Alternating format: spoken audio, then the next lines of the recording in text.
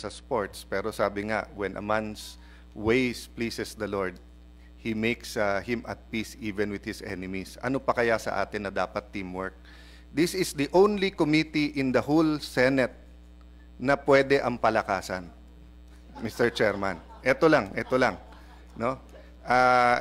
Pinag-uusapan na rin natin ang PAGCOR at saka PCSO.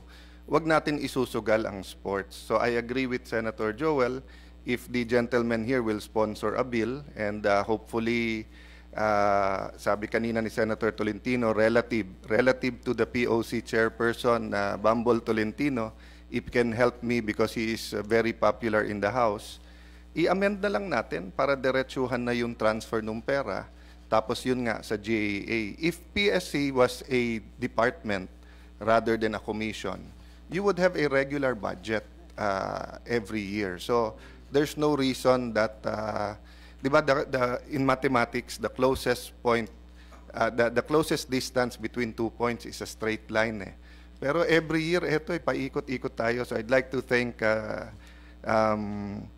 Senator Bato, Senator Tolentino, Senator Mark, who did many of the sports facilities in both Region 3, Tagaytay, and even ata sa PSC, di ba?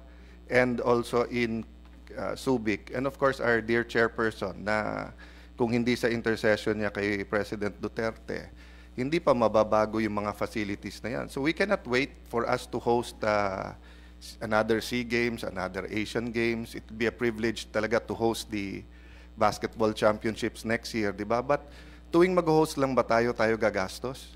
Di ba? Dapat tuloy-tuloy na yan. So Mr. Chairman, to respond directly kay Senator Joel, file the bill and let's hear it together and let's ask the House of Representatives to help us para tingin ko kung nandiyan naman si Chairman Panilio, past break time.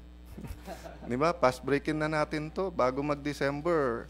Pasa natin. I don't think the President will the President is a sports fan.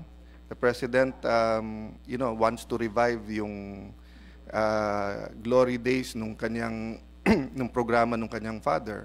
And sa totoo lang, parang racing yan. Kung every time yung driver, kailangan niya tignan kung may gasolina yung sasakyan niya, walang chance ang manalo yan. Pero at least kung sure kang may gasolina, tuloy-tuloy na yon. So for me, that's already a short answer, Mr. Chairman. So thank you for your indulgence. Thank you, thank you. Salamat, Senator Alan Peter Cayetano. Swerte rin po tayo. Nandito yung ating dear younger brother ng ating POC chairperson, si Bambol. Nandito po si Senator Tol Tolentino. Pasensya na po, Sir Bambol. Sabi niya, younger daw siya. So, sumusunod lang po ako sa aking colleague dito. Anyway, any more? Senator Pia, you have any manifestation or question? Yes. Thank you. No, actually, I'll wait for my turn for questions. This is really just my late opening statement. I was monitoring by YouTube because I was on the road, but I just